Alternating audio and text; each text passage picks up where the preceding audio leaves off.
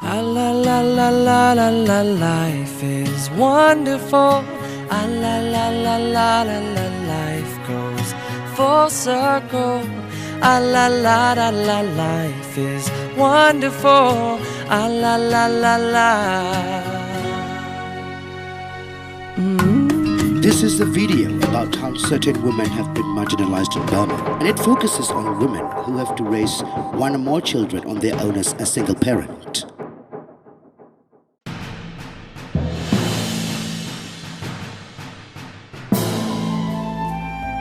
Single mothers, as I will call them, simply demystify the disputable notion of gender issues in Burma, as their life constantly reveal the place of a woman in Burmese society.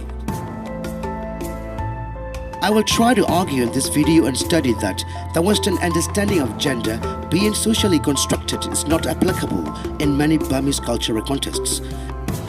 In many cases, gender co-functions with other issues to form a force of discrimination.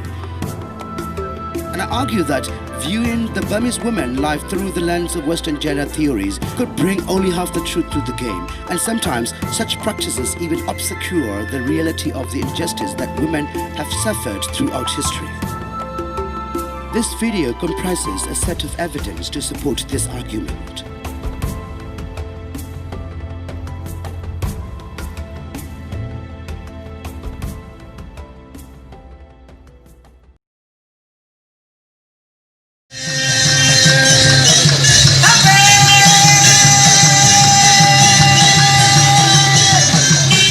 Historically, Burma is thought to be a gender-neutral land.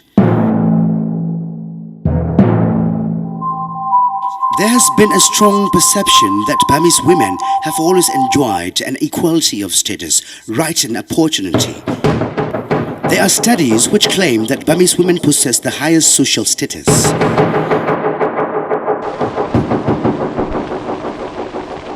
Today on See It Now, Burma, Buddhism and Neutralism.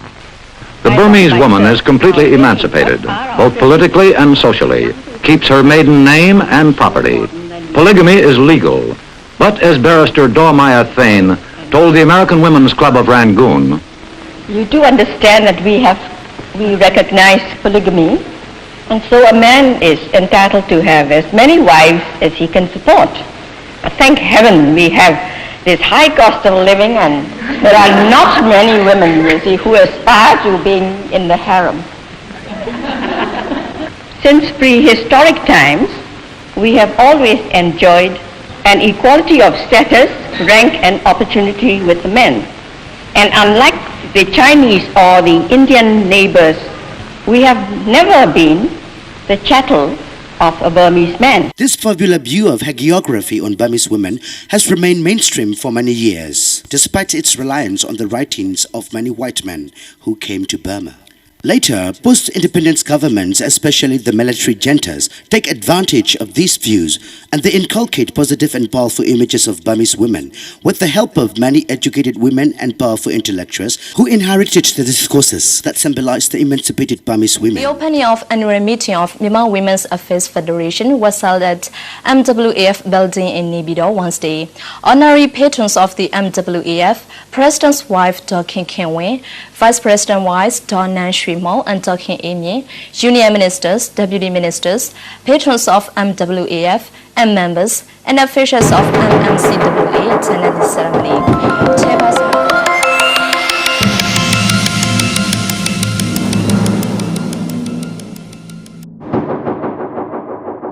As a result of political opening in recent years, different activities on gender equality, such as formations of women's rights organizations and gender activist groups, and projects on elimination of different forms of sexual domination, have come into being at different regions across the country. The Women's League of Burma is an umbrella group comprising 12 partner organizations.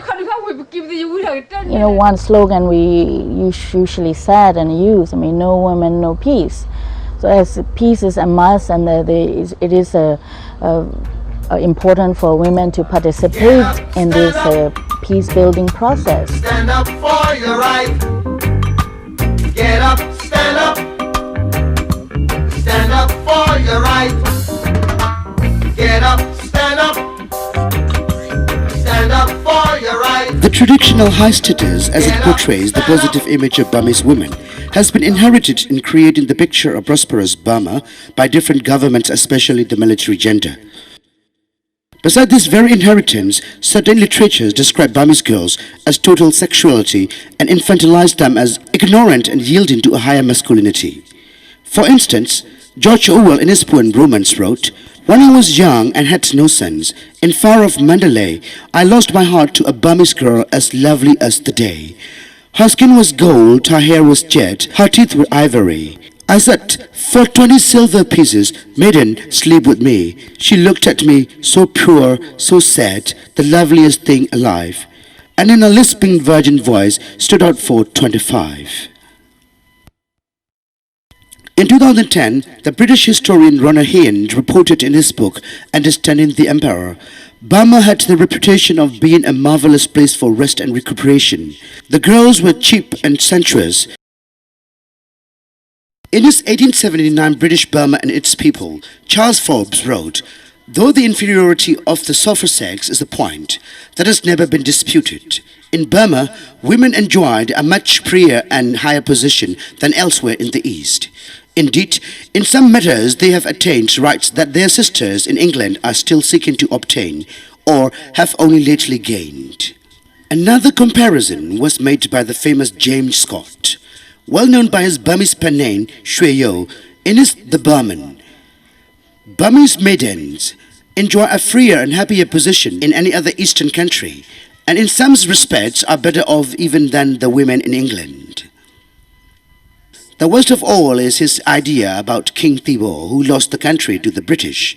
He said on page 53, "There never were a king of Burma before who remained for 3 years the husband of one wife." He should have realized that his self-refutation as he mentioned the name Thibaw as the one and the only that he could name. Gwendolen Trench Gascoigne also wrote in his Among the Pagodas and Fair Ladies, "Women's rights are not in Burma an elusive dream, a thing to be shrieked and struggled after. They are an accomplished fact." Talbot Kelly, in his Painted Burma, page 224, expressed Burmese women as good, but too good for the Burmese man, as they desire to have better men from the foreign country. Despising the indolence of the men, it has become an ever-increasing habit with them to mate with the more energetic males of other countries.